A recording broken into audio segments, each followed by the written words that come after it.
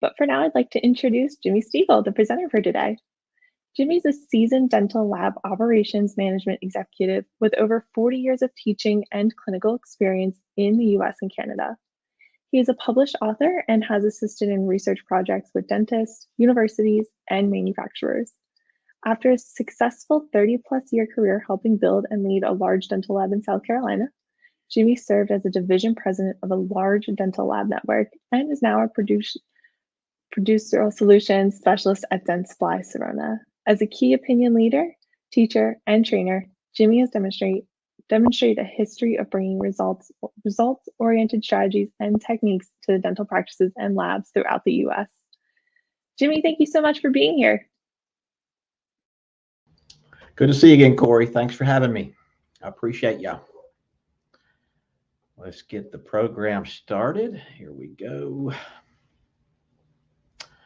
So, as she said, South Carolina, born and raised. So the accent, I guess, going to give me away. But I see we were from all over. So even some folks from the South. But welcome. And thanks to Jay and his team at Cornerstone for having me once again. It's an exciting time, guys, when we're talking about dentures.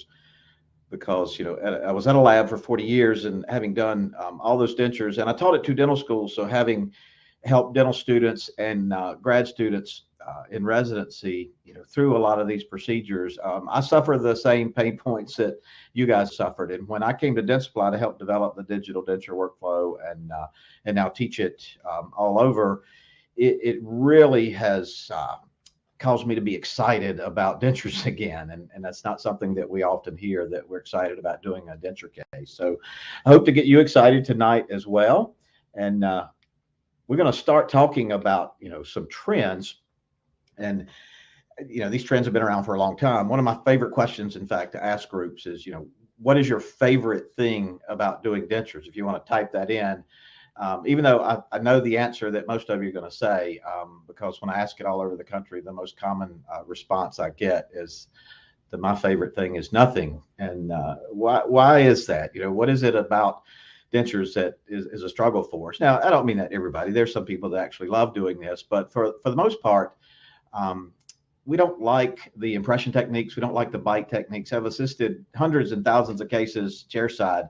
You know, at my place, we're doing 100 dentures a day. So I had lots of opportunity to sit in offices just like yours, helping you and the assistant, you know, take these bites and take these impressions and go through the wax try-ins. And, you know, I see the pain point as well, right, that patients struggle with. And, you know, quite often I would hear patients say, why does it take so many appointments? Or, you know, why can't we get it right the first time? And all those things that go along with this. And it's just a challenging technique. You know, making dentures is hard.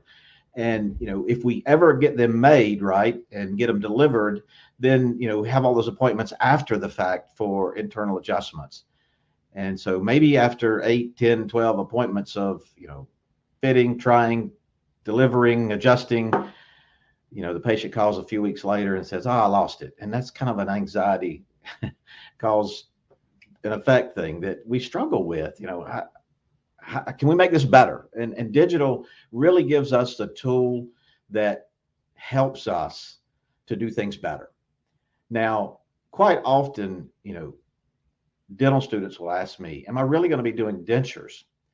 Right. Well, yeah, these are digital denture cases that, you know, friends have done, others have done, and, you know, we've done that really show why we do what we do, right? This is true in any parts of dentistry. This is what we do, right? We want our patients to stand up and feel really, really happy about what they've seen and what they've got.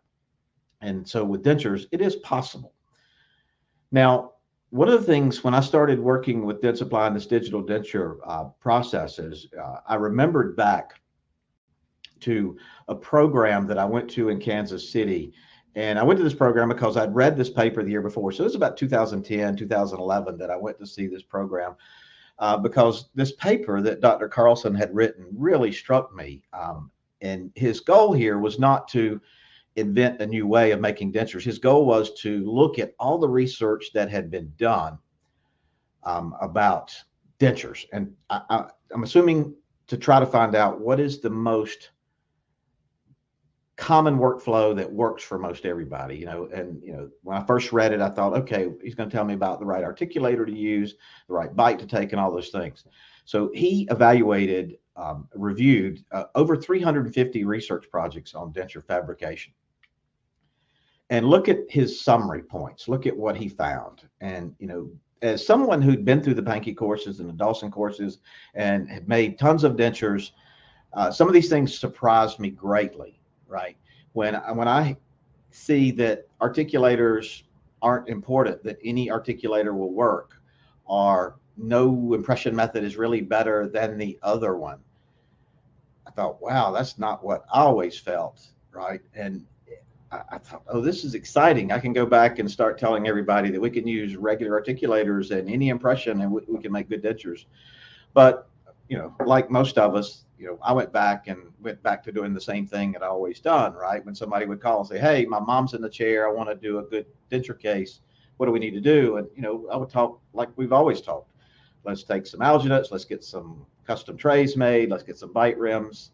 Let's do a tracing. Put it on a face bow. Let's do all the things that, I had been trained and you had been trained to do. And so it really had no impact other than I got excited for a bit, and I thought everybody else did. There was 400 people in this program, so it was a popular topic back then. Well, I went on about the life and started doing dentures like I'd always done. But when this digital denture thing came up, I thought about this study again, and I went back and looked at it because I vaguely remembered the top bullet point and the bottom bullet point, and really didn't pay those attention, all those years ago. But now, digital dentures and talking about dentures more with patients made me realize that Dr. Carlson's findings were really true. That, if we want to know what really makes dentures successful, we have to start listening to our patients and talking to our patients more and asking better questions of our patients. So I think it's time for better data. And we're going to talk about all those things. But if you look at the top and bottom bullet points, you'll see that what he found after a review of 350 papers is that how the patient feels is kind of the determining factor about denture success. And it's true as well. So dental students would ask me, am I really going to be doing dentures more? And I said, well, let's look at it this way. 350 million people, all these people are turning 65 into the denture age. As a matter of fact, 40% of our population today is in the denture age. And it's estimated that about 28 to 38 million, depending on what you look at, edentulous people in this country today, let's say 30 million. Well, with the population growth, the bubble that's going, right, the biggest part of our population is moving into that. And it's now estimated that 10 to 12 years from now, there are going to be over 200 million edentulous people in this country. And we are putting out more dentists out of the schools that we've, the bigger class size and all that, but factually, it's not enough, right?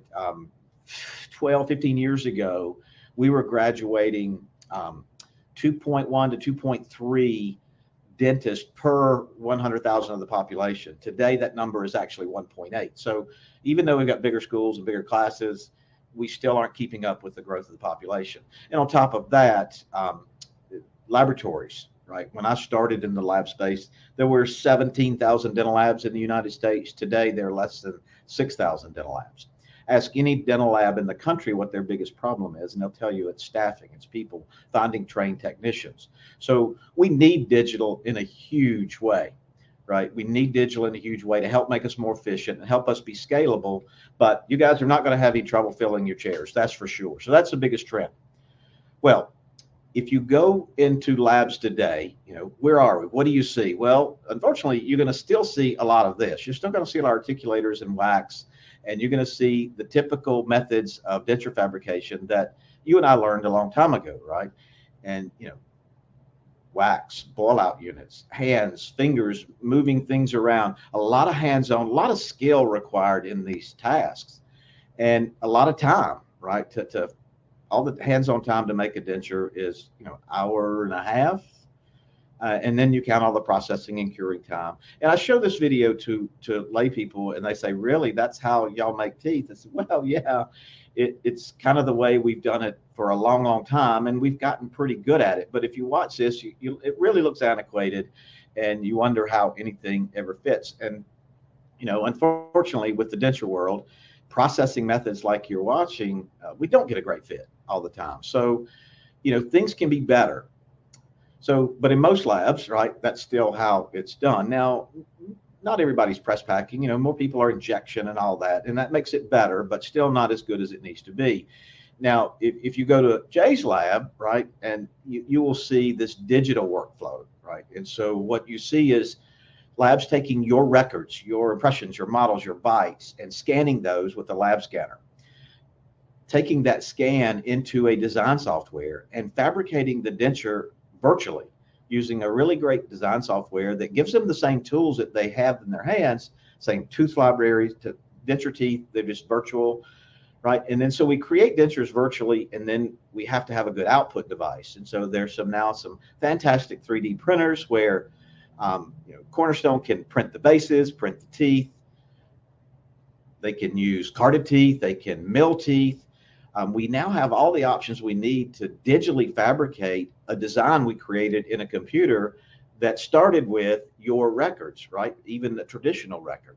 So we are literally moved into a digital laboratory workflow, and now we need to continue to move it backwards into the clinic where we can get some digital advantages there as well. And that's why we're here tonight. So it's really cool to see. If you ever have a chance to go visit and watch Jay's team do this, it's awesome. Now, if you watch this video and you watch the things that are being done to make dentures, you start thinking about, well, we're running printers, we're using a design software to create a denture, but we're printing things and we're cleaning them and we're bonding them together and we're curing them in a box. 4 out of the 5 of those tasks can be easily taught to somebody. So it makes it scalable for the labs to be able to keep up with the high demand that you're going to have. So digital really makes things go well and efficiently and scalable. Now, in your world, this is where, we all learn. This is where most people are today. When you ask them, okay, what do we do to make a denture? Well, we were all taught that it should take 5 appointments, right? And in reality, in my world, and probably yours too, that doesn't happen very often. Usually in my world, visit 4 became 4A, 4B, and sometimes 4C. And that's all directly related to the difficulty of taking impressions and taking bites in the edentulous space. And hopefully we can correct that with digital, and I believe we have. But that's where we've learned, and it's just not true that most patients look up after the 8th appointment and say, why did that take so long? And we'd love to shorten that and abbreviate that. Now, a lot of dentists ask me, oh, so I can now buy a certain scanner and I can scan soft tissue and I can get dentures made. Well, yes and no. I'll show you these images, right? These are intraoral edentulous scans of a maxillary ridge done with the prime scan. The Trios is just as good. The iTero can do it as well. But as you can see here, it's possible to capture an edentulous ridge with the scanning device. What I'm not showing you or telling you is how difficult it was to capture that scan. Scanning soft tissue, an edentulous ridge, is the most difficult, most challenging intraoral scan to accomplish. So much so that there's not a university, there's not a speaker, a KOL, talking head, anybody that's actually teaching this as a viable option right now because it is so difficult. Now, the technology, the cameras and the software that drive them will get better, and you will be able to do this easier in the future. And I don't think it's too far in the future. But clearly, if you look at these images, these are real cases, and it can be done. The reality is, I've only seen very few people do this, and most of them are researchers. But it is possible. And we do know that the machines are accurate enough today, right? The studies have been done, and the 3 brands that I mentioned all have proven capable of accurately scanning across arch. Used to be that these scanning devices could only capture quadrants accurately, but now we have the cross arch accuracy that we need, and we know that the cameras and the algorithms that drive them can capture intraoral data accurately, including edentulous ridges. But it's a challenging scan, if not the hardest or most impossible scan. If you're interested in looking deeper into this is a guy I'm going to point you towards, Dr. LaRusso, Italian dentist. He's done most of the research on edentulous intraoral scanning, and primarily with the 3Shape Trios. He's amazing to watch, right? I've seen all his videos, read all his stuff. I actually was at a program he did where there were 20, 30 dentists attending. It was at a dental school, and he showed his videos, and everybody's going, wow, he can do it. He's doing it really quick and accurately, it looks like. And we then were able to even go into the clinic where he scanned a live patient. They had several live patients so that the attending dentist could try. Not a single other dentist attending the meeting could accomplish an additional scan. That's how difficult it is to learn. He does it every day. He works at a university in Italy and done all the research. So he's gotten really good at it. And how did he get good at it? Well, he practiced a lot. So if you're interested in learning how to scan with your technology, then read his data, read his research, and find a willing patient to let you practice. But I'm telling you, it really, most of us will say, you're going to spend way too much time, gather too much data, and it's not going to be accurate. But we do want to do digital dentures, right? We want to do them from front to back. And we want to do them for these reasons, right? And here's the biggest reason. It's not your scanner. It's not anything else. But the biggest reason is how good these things fit. There's no doubt in the world, anybody, that a digitally fabricated denture is going to fit better in the mouth. So that translates into fewer appointments. That translates into fewer returns for adjustments. That translates into less complaints from patients about them not staying in well. And why do CAD/CAM generated dentures fit better? Well, it's a computer. When we tell a computer to make part A fit part B, it'll do it, right? The only thing I need is an output device that can recreate what my computer is developing. So in traditionally workflows, we don't have that option, right? We're limited by the shrinkage and expansion of acrylic and stone and wax and boiling water and curing it. All those things have an impact. And typically we get 100, 125, 150 micron fit with the best fitting acrylic dentures. A digitally fabricated denture can get 1 micron fit if we want it to, because it's a computer. And if I tell it to fit within 1 micron, it will. But we don't want that. That would be too tight. Ideally, a denture should fit sub 100 microns, right? An ideal layer of space for saliva. That's how dentures are supposed to stay in. It's not suction per se. It's adhesion and cohesion. And that means an intimacy of fit. So a denture's got to fit the tissue intimately. The problem with our traditional techniques is we don't get that. We get a good fit somewhere, but not everywhere. So what we want, right, is to be able to have a denture that fits like this. So this is one of our CAD/CAM printed 3D try-in dentures, right? And I wish I'd captured the video of the patient's face, the doctor's face.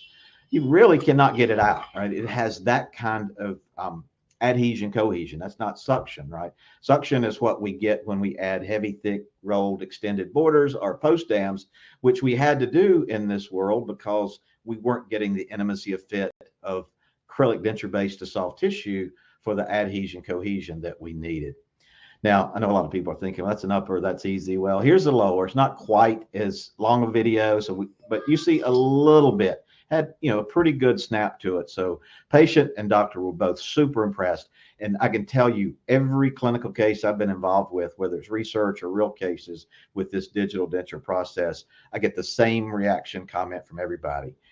I've never seen a denture fit this good. And that's just the beautiful thing about computer technology, guys. And now that we have good materials and good output devices like printers to recreate what we design, now we're really getting somewhere.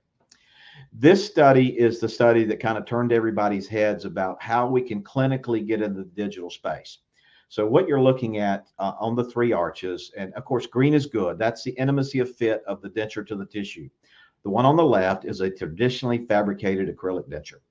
The one on the far right is a digitally fabricated denture created from an intraoral scan.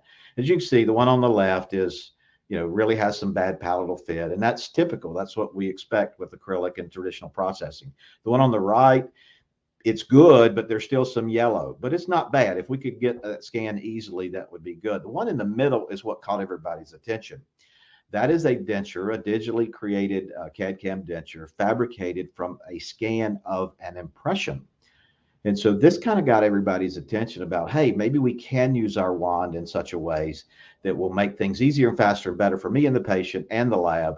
and by scanning some sort of impression. And that's kind of the foundation for the reference denture workflow, but it's also the foundation for other alternatives, right? For you to use that wand to be able to scan things.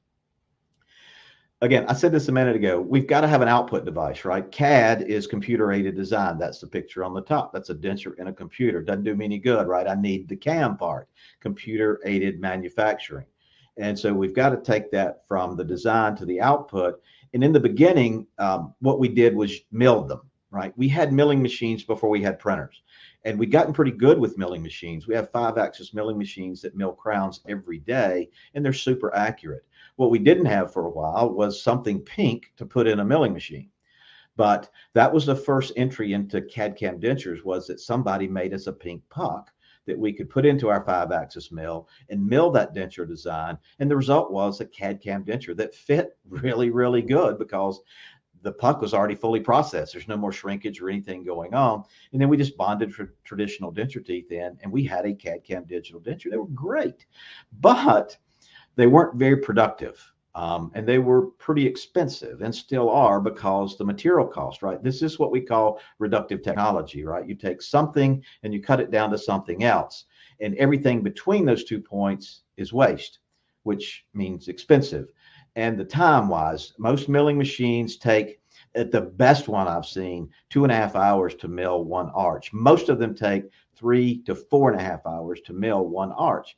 And that's not effectively productive. For a lab like mine that we had to do 100 dentures a day, that was not feasible. So this denture became a great denture, good fit, top of the line, but it was more expensive for material cost and for the time. We all knew that we'd be printing dentures one day. We're going to be printing everything one day. 3D printing is kind of taking over any kind of manufacturing process.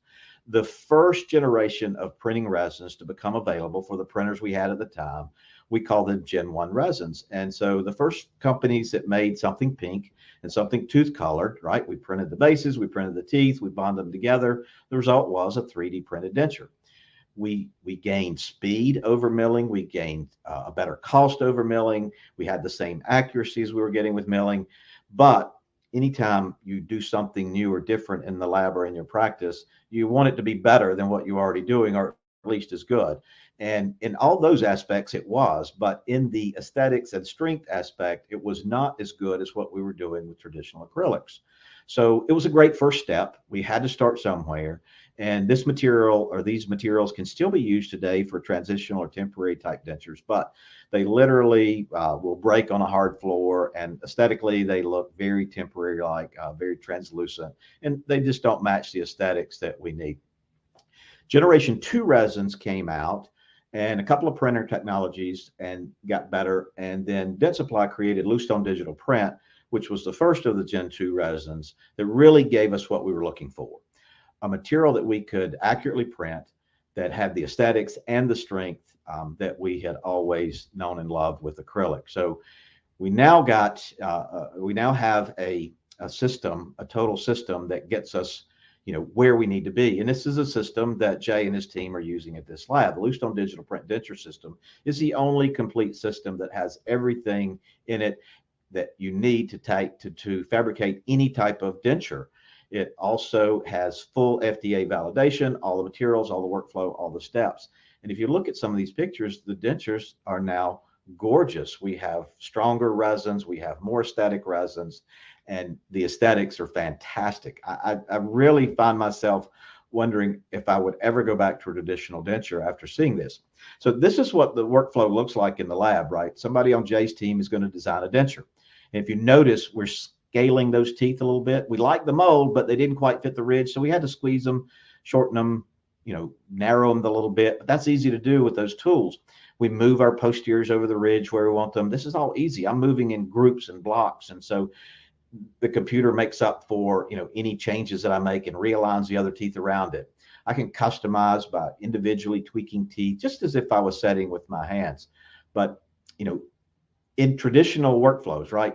Pulling teeth out of a drawer, setting teeth in wax, 20 to 30 minutes for one arch of setting teeth, right? And then another 30 to 40 minutes to do the wax around the teeth. So you're looking at minimum an hour to do one denture to get it ready for investing. in this digital space, this is an upper and lower case that I designed the upper and lower and the wax up in 27 minutes, right? It's just tools, right? It doesn't take anything away from me as a technician. It just gives me a better tool to do what I already know how to do. So we have this denture designed and we need to print it or mill it or whatever we want to do. And that's where the system really shines. The loose tone digital print system gives us a resin unlike any others. It's not an acrylic, it is a polymer resin that is way stronger than anything we've ever had. So Lucitone digital print 3D denture base comes in 5 Lucitone shades, the same Lucitone shades we've always had. So they did a great match. If you make or sell denture base for a living, you want to have the words high impact on the box, right? That means that the government has tested it and it doesn't break before a certain point. And that certain point is 900 joules per meter squared. Now, traditional acrylics that we've been using for 50 years are typically around 1,000 to 1,100, the ones we know and love, Lucitone 199, right? And so we know that's kind of our bar. This material, and Boston University did all our studies, all our validations. They tested it extensively. And right out of the curing unit, the Lucitone digital print measured out at 1,500 joules per meter squared. So that was exciting, right? A little bit stronger than what we've been doing. But anytime you go through the FDA and you're making something going in the mouth, you have to do testing at both room temperature and at mouth temperature. So Boston got real excited. They called us and said, look, at mouth temperature around 93 to 98 degrees, this material is doubling in strength. So it goes to 3,000 joules per meter squared, right? And joules per meter squared is just a measurement they use for when they're breaking dentures. Now, lab guys, especially rednecks like me from the South, we're going to do our own test. And so we take it out in the parking lot, run over it with our trucks. And traditional dentures, clearly we knew they were going to break, but we were kind of shocked when the Lucitone print denture didn't break. Now, I never had a patient call and say, hey, I ran over my denture. Most of them call and say, we dropped it in the sink. And so I love tossing these dentures in the sink and seeing how tough they are. I mean, they really are tough. One of our KOLs, Dr. Valerie McMillan Cooper in Ohio, her husband is her technician. They in a 5-story building, and they're forever throwing them off the top of the building, and they just bounce. Right? It's very cool. Now, anything's breakable, guys. Give me a minute, I can break it. But I'll tell you that I haven't seen many to break. Now, occasionally, we've all heard this one, right? Took it home, the dog found it. So I've been giving them to Max and see what Max could do. Max can't damage the dentures either. But here we are at Boston, and you can see in the Instron machine, most every acrylic ever made would crack or break in the first millimeter or so. But here we're going to get not heel to heel, but we're going to get towards that point before it does finally break. This is one tough denture, guys. And the teeth wouldn't even bonded in that one. So once the teeth are bonded, it becomes a little bit more stronger. So labs love it because it is the only resin out there that you don't have to mix or roll or heat or put in a special unit to get it ready before you pour it in the printer. It literally unscrew it and pour it in. If you have to adjust it, you're going to love it. It's like composite, PMMA. It's a smooth, dense finish and very aesthetic again.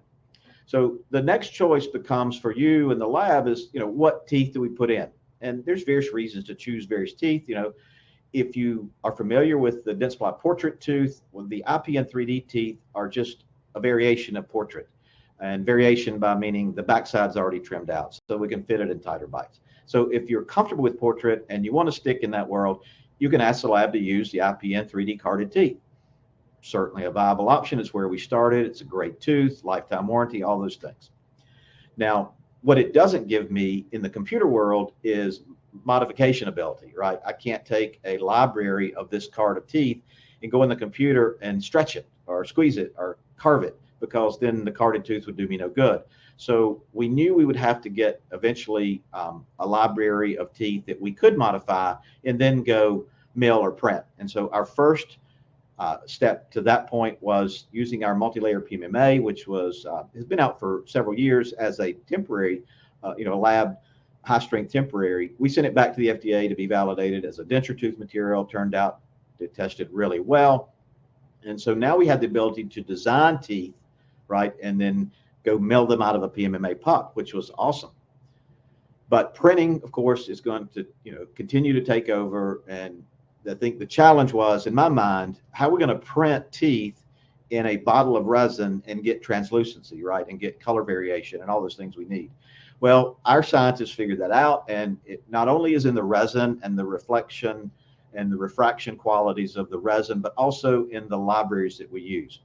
Making a library in such a way that it helps with that light refraction and translucency by thinner incisal halves, all those things. So we took our two most popular tooth molds, Portrait and Genios, which is a European version of Portrait, and we digitized them, and then we customized those digital libraries. We gave them to our German ceramists to anatomize, deeper mamelons, all those things to make this resin look better.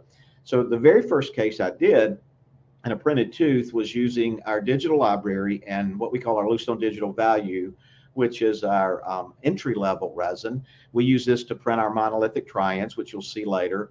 But I was pretty impressed with how the incisal half looked and how the mamelons looked. But the Bluestone Digital Value only comes in 6 Vita shades, so a little bit limited. We knew, and durability-wise, not as durable as that milled PMMA tooth we had been doing, and certainly not as durable as the carded tooth. So we knew we wanted a better resin, and give these guys credit that they came out with Bluestone Digital IPN premium tooth resin, right? And this is the resin that kind of changes the denture tooth world. Nobody has anything near this durability or strength, and this is exciting, right? So I can now take a bottle of resin, pour it in a printer, use a digital library that makes it look really, really good.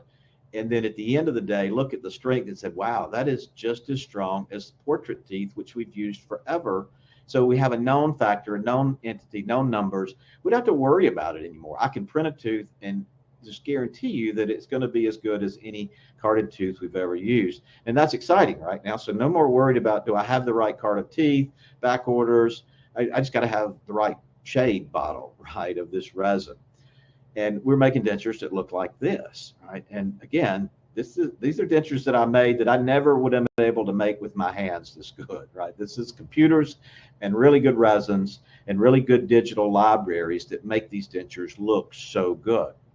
We added a couple of more libraries. We call them our highly characterized libraries that added even more mamelons, even more translucency. And I hand these dentures out all the time. I hand out dentures that are made with carded teeth, with milled teeth, and printed teeth in the value and the premium. So 4 dentures, I hand them out in groups of 20, 30, 50 people, dentists, staff, and I say, all right, you don't know what they are, but I've numbered them 1 to 4 on the back. At the end of the night, I'm going to ask you what's your favorite. 99.5% of the time, I get number 4, which is this premium resin and these highly characterized libraries. Nothing else looks as good, guys. This is the best looking denture I've ever seen. And the fact that it's a printed monolithic bottle of resin just keeps blowing me away. So the materials that this lab is using is right there at the top of the list, guys. Nobody can touch this. The strength numbers of some of the closest competitors are a third, right? The durability wear factor of the most closest competitors of premium tooth resins out there, a third, right? So these teeth are going to last 3 times longer, and we know what the durability of Portrait, so we've got that. And that's exciting to see, Jay and labs like that do that. So let's get back to, putting it all in place for your patients. What do you need to make a denture? Well, you need a good sequence, you need good records, and there's some other tools that can help us, right? So a good sequence is to generate records, to digitize those records, to create that denture in a good software, and then output it in a good output device with a good material. We have all those pieces now. We just have to put them in place. We're going to talk about record taking, right? Those of you that are out there that maybe don't have a scanner or not interested in a scanner, and you're comfortable with your impression taking and bite taking for your dentures, you don't have to change a thing. I answer this question a lot. What do I have to do a digital denture? You don't have to have anything. You can take your traditional impressions and traditional bites, send those to the laboratory. The laboratory will digitize those records for you. And from that point forward, you are in a digital denture workflow, and you gain all the benefits from that workflow. Now, if you have a scanner, you're thinking about a scanner, this is just another reason to check that box to get that scanner in your office, right? Now, there's some other things that you can do. We'll spend a lot of time on this, but I always take an opportunity, to tell offices that if you to communicate to a lab, we need certain amount of data to pick the right teeth, put them in the right spot. And, you see lines on wax rims, all those things. Allometer and pupillometer is the two easiest tools I ever use to be able to communicate the information to the lab, right? Allometer is going to tell me or help me pick out the 6 anterior width, and the pupillometer is going to help me pick out or place that those 2 centrals gingerly and incisively. So where to put the tooth in the vertical space. Sometimes a lot easier than the scribes on the line. So those are cool. Video is always a challenge with dentures, no doubt about it. Wax rims are tough. This device was not around back when I was assisting a lot of chairside, but I carry one around now. This is absolutely positively the best video tool that I've ever seen. The Con Meteor, not a Dentsply product, not associated. I don't get anything for this, but I do carry it and use it. You go to Amazon and order those clear, flexible guides you see at the bottom. Those are just 0.5 millimeter thick pieces of plastic. And I'm going to stick those together, as many as I need, to measure the vertical. I'll show you how we do this with the video. This thing is based on the measurement between the center of our eye and the corner of our mouth, which translates to our VDO on all of us. Just a biologic measurement that somebody established a long time ago. This guy just made a tool, right? You open it up, tighten the thumb screw down at that point, middle of the eye, corner of the mouth, and then flip the device around. Upper marker then goes under the nose, a curved bar goes under the chin. If the chin is touching the curved bar, the patient is in their proper VDO. We're good to go. Most denture patients are going to be overclosed, and we're going to see a space between the chin and the bar.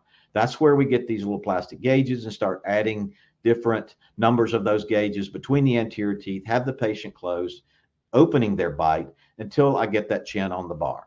Once I have that chin on the bar, then I've got these pieces of plastic in the anterior. All we need to do then is squirt bite registration material between the posterior teeth, and we have recorded that patient's vertical. Always would use this thing if the patient has existing dentures, and we're going to use those as reference dentures to start the process. This will make more sense as we move forward. Other tools that are helpful, I love the Ivoclar UTS CAD.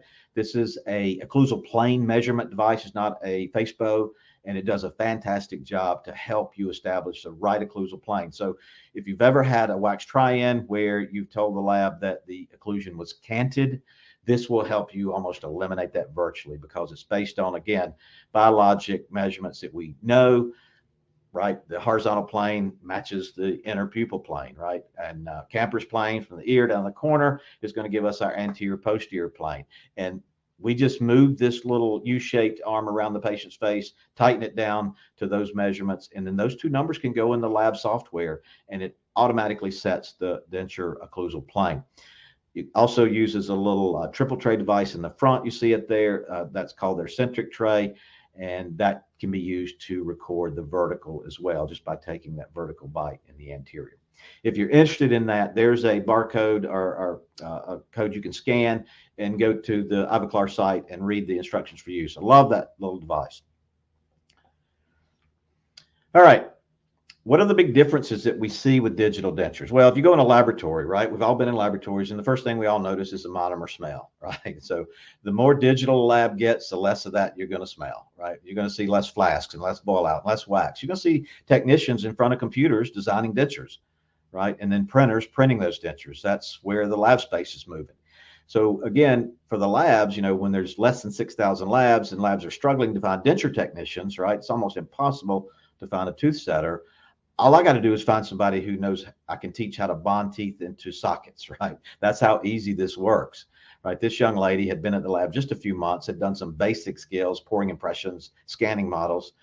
At the end of the day, we had her printing dentures, cleaning dentures, assembling dentures, and within 2 days, she was a productive asset to this team. I would imagine a year later, she's a very important asset, because it just gets quicker. And so it's going to be easy for labs to find the people they need to do these skill sets, right? So the tooth setup was done in the computer. All she's doing is plug and play. So this is pretty fantastic to be able, as a lab guy, knowing how much a struggle it is. And so those were individual carded teeth. Now here I am doing printed segments of teeth. So, she had to, 1 or 2 at a time, all those carded teeth. Here I've designed this denture with 4 segments, 2 posterior segments, 2 anterior segments. So now all I got to do is bond in 4 things. So I can do this in about 5 minutes, where it takes her about 12 minutes to do the individual. So it makes us scalable. We're able to not only create a great looking denture, but assemble it pretty quickly. That's the technology that you're going to see in Jay's lab. So everybody remember the old Hanau curing units. I think I had 6 of them, right? We're going to see less and less of those in laboratories. You're going to see these curing boxes where we're going to put the dentures in there. Instead of an 8-hour overnight cook time, we're going to cure these dentures in 26 minutes, right? And so it makes us much more productive, much more effective. And of course, we're having a denture in the end that's 3 times stronger than traditional dentures. So exciting. Now, in your world, right, this is where it's going to change a little bit. And all I ask is that you just think about, a mindset change. Again, I said this earlier, I think it's time for better data, right? If we all know and agree that we don't get it done in 5 appointments very often, it typically takes 5, 6, or 8 because of the repeated wax try-ins, bites and impressions and all that, right? So that's the data we've been getting. Let's think about better data. And so we're going to have to think about our try-ins a little bit different. This picture, I picked this picture because I saw this look or something like this look many times on patient faces. And this was at the wax trying appointment, right? And yours probably went much like ours did. Ms. Smith, here's your denture. It is in wax, right? We're just going to put it in and look at it today to make sure everything's in place. But it is wax, so don't bite down on it too hard. And we want you to look at it, hand you a mirror, and tell us what you like and what you don't like, and we want you to be happy. And most of the patients would either look like this, or they would look up and say, I don't know, isn't that why I'm here? Aren't you the expert? And we would say, yes, thank you. We will do what we were trained to do. And we would put the teeth in the space where we were trained to put them. And as you know, quite often when the denture gets delivered, the patient doesn't like it, right? Because they're uncomfortable in the back. And why are they uncomfortable back? Well, because, we put it where we thought it should be. And for this patient, maybe that's not where it should be. And, patients are thinking, oh, I hope my dentures don't taste like this, don't feel like this. It's really a struggle for patients to give us the data we want. So I think it's time for a different way to have that conversation. And again, I'm going to credit Dr. Cooper McMillan for this. And this is true. This is a take home for you guys. Whether you're going to do digital dentures or regular dentures, you need to think about the way you're having a conversation with your patients during your try-ins, whether it's a wax try-in or printed try-in. We need to stop saying, what do you like? What do you don't like? How does it feel? It's wax. It really feels weird. We're going to ask the patient a more pointed set of questions. And I love this. I wish I'd have been around, she'd been around a lot longer before I could use this. So now today, when I'm involved in a try-in, whether again, wax or printed, I'm going to say, are the teeth too light or too dark? Do you think the teeth are too big or too small? Do you think we need to move the teeth up or down, left or right? And you're going to get the answer that you need to communicate back to the lab to make those changes.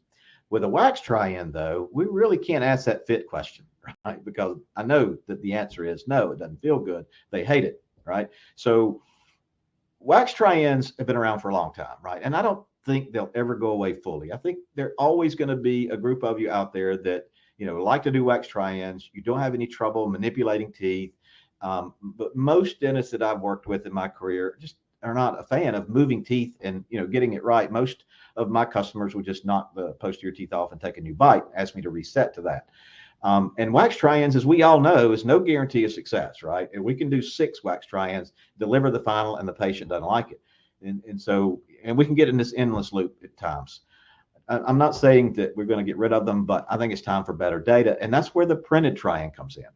The printed try-in doesn't look like a wax try-in. Let's get over that quickly. Let's try not to focus on that, because I tell patients, look, if you've had a wax try-in before, I understand that you probably didn't like it. You would have liked to take your dentures home, let the patient, your family look at it and give you input, all that.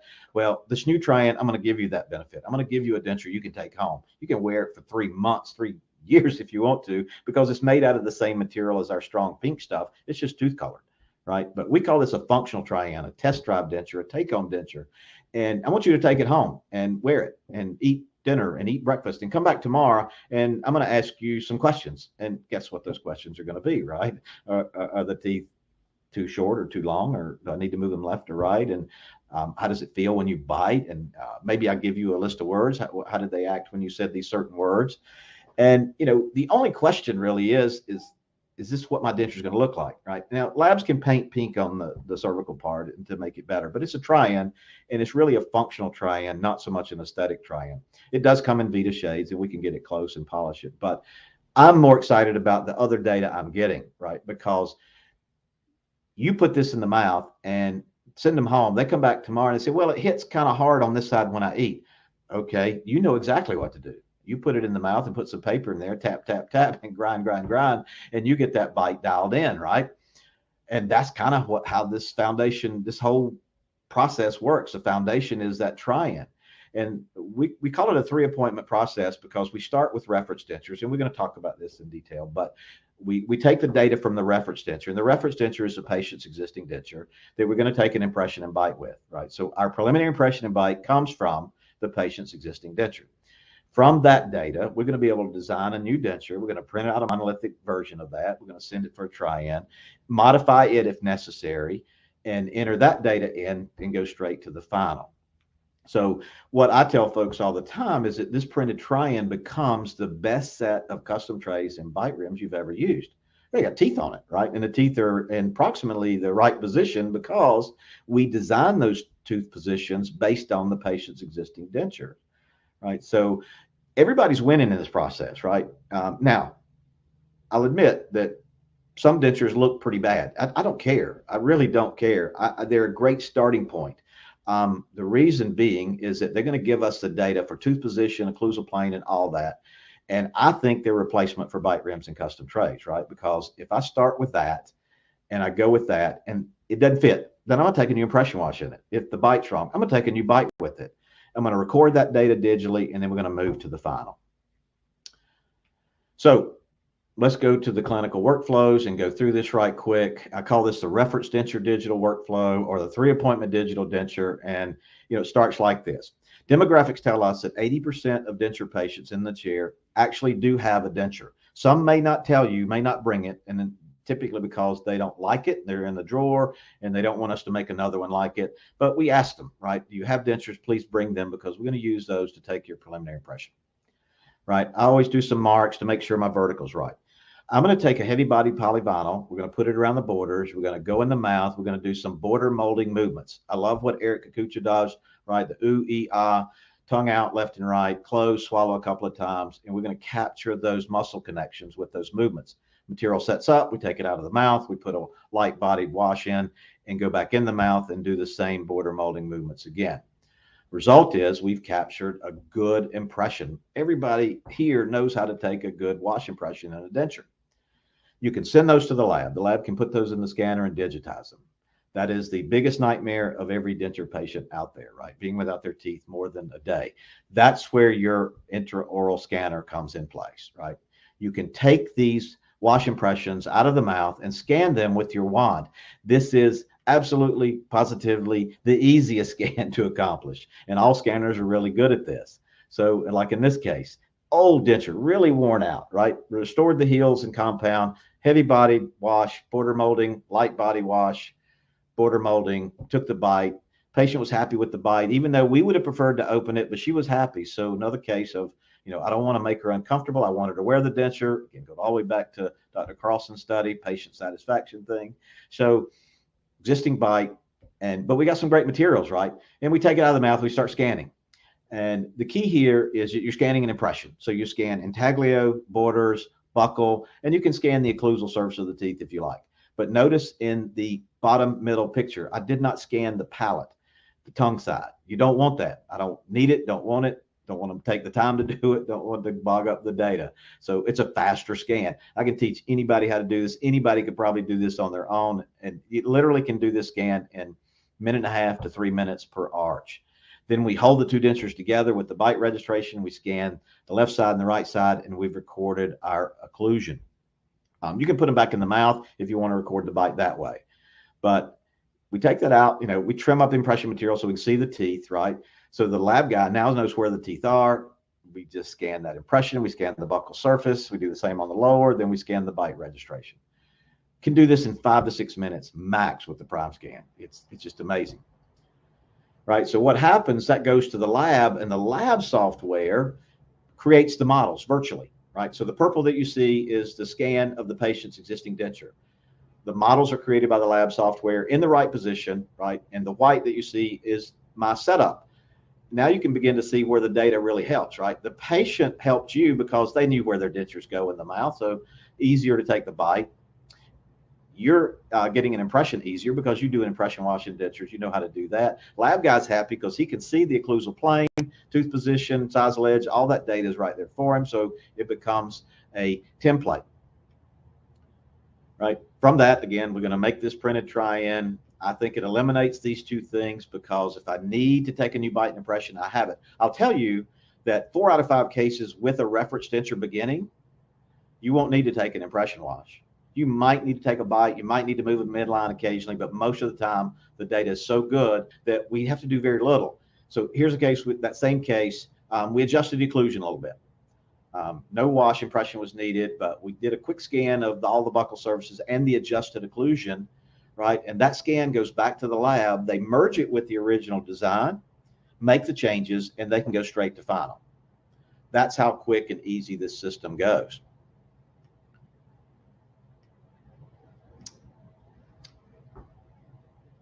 Now, what I just described is a reference denture workflow.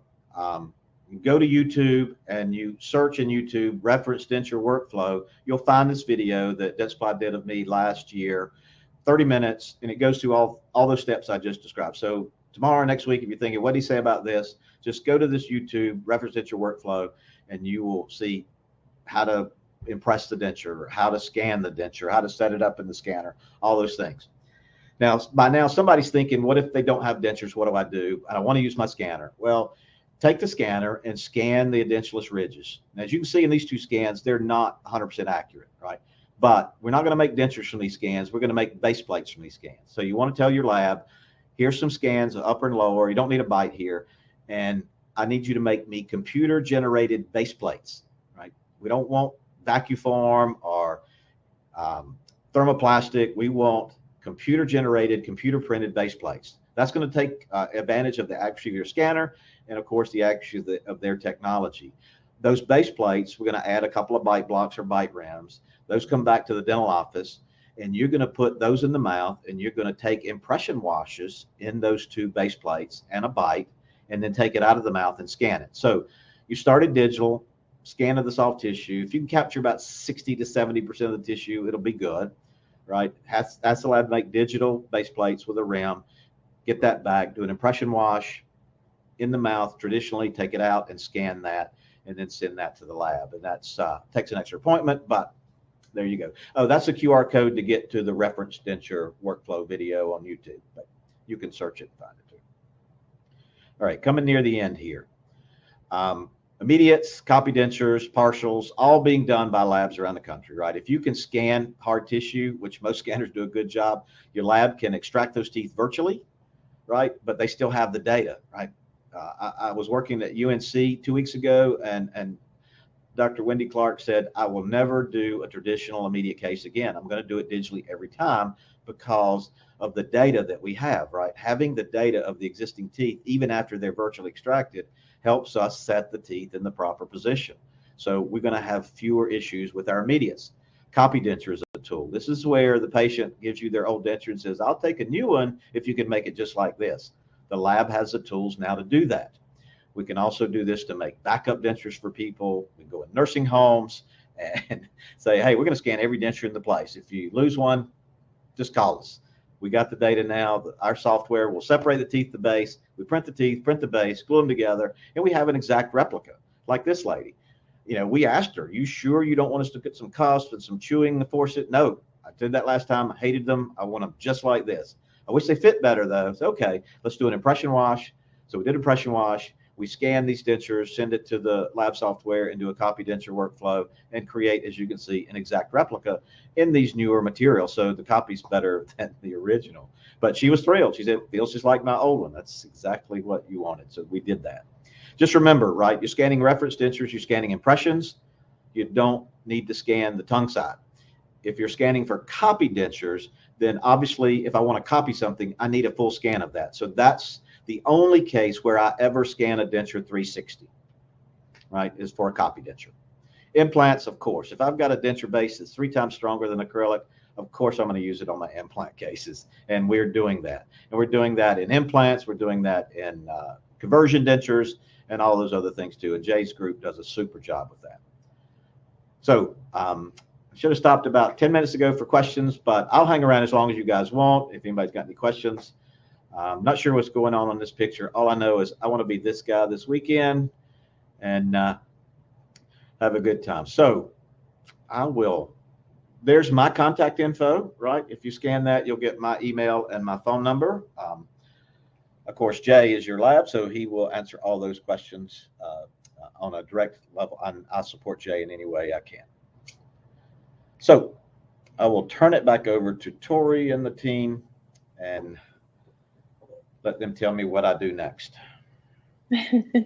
Thank you so much, Jimmy. We do have a few questions and we'll try to get to as many as we can, like you said. I'm sure that verification code, there it is right now on the top of your screen. If you can't see it, it's DENT97, so DENT97. And just as a reminder, you're going to need that code for your CE certificate. Write it down, take a screenshot, or just memorize it. You'll go back to CE Zoom, log in, enter that code. There'll now be a green verify button where that is. You will be asked to take a survey, and then your CE certificate will be located in your account and under records, under managed CE. But for now, let's get to some of these questions. So one of the questions we had for you was, what's the best material for wash impression? I've done it with all types. The one in my deck you saw had powder on it. That was Impergum. We all know how good Impergum is. Now, it's a super product, but it's very reflective, very shiny. So that's why I use the powder on that one. The other case that you saw with the heavy body, light body, that's Aquasil. Aquasil has a heavy body, low viscosity, fast set. So those three things caught my eye. I started using that. Plus, it's very scannable. So I like the Aquasil, heavy body, low viscosity, fast set, and then the low viscosity wash fast set. Those are my favorites. Awesome. And I'm not sure if Andrew from Cornerstone is still here, and I'm not sure if this question pertains more to him, but somebody here is asking what the lab charges would be and what about the scanner, and if you lease that information or lease that scanner. To the best of my knowledge, we're not involved in leasing the scanners. But as far as lab charges go, we're certainly willing to work with anybody. However, we're trying to make sure that we get you and your patient into a denture. Less than $300 is kind of the goal there. But circumstances can vary and fluctuate depending upon the circumstances. Now, Amy here is asking, how are the patients to take care of their dentures at home? She said, we get this question all the time. Good question.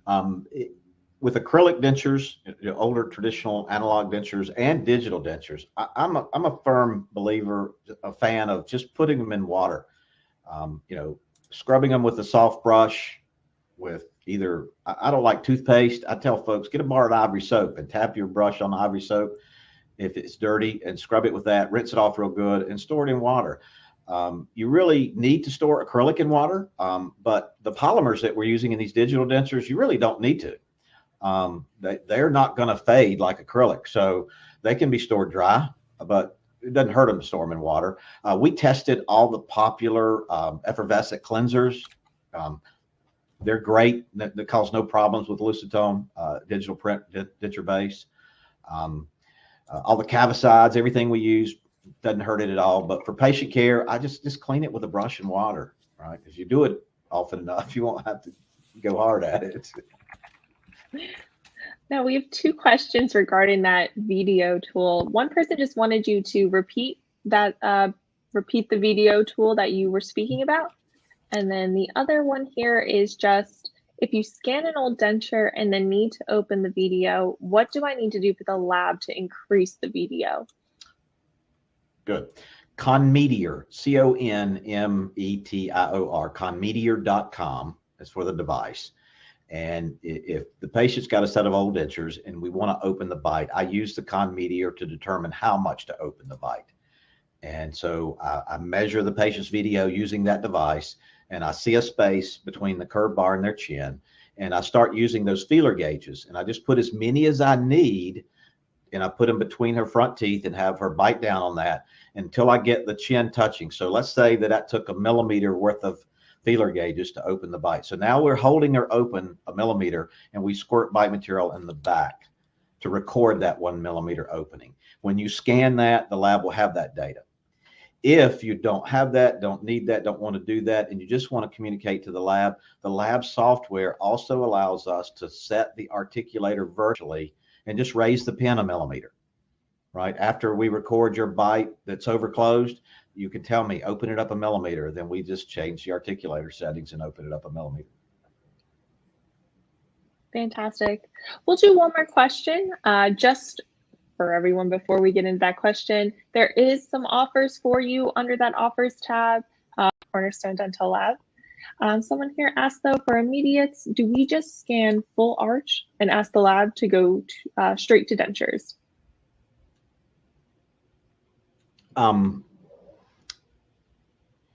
Yeah, if you have an intraoral scanner and you've got enough hard tissue, that scan is pretty easy. It depends on how many teeth is left, right? If the patient has that picture I showed earlier, the patient had like eight teeth left. And so the scanners do a pretty good job of capturing the soft tissue in between those teeth because it has those reference points. If they only have a couple of teeth, you may have to take a traditional impression. But if you can capture the scan, you can capture the opposing, you can capture a bite, whether the patient actually has a bite or you put a block of putty in there and record a bite. If you can scan all those things, yes, the lab can go from there and they will virtually extract those teeth, and then they'll have an edentulous model, but yet the teeth can be turned on and off and they can set it from there. Fantastic. And I see a couple of questions that it went too far. So I'll go back to my question screen so folks can scan my. They want you guys a lot of questions that we're going to miss, and if you want to email me or text me, please feel free to do so. But I'm sure that Jay and the guys at Cornerstone could also answer most of these questions as well. Absolutely. Well, thank you so much, Jimmy. Andrew, thank you so much for being here. Again, anyone who has any lingering questions, feel free to either scan that QR code right now or email Jimmy.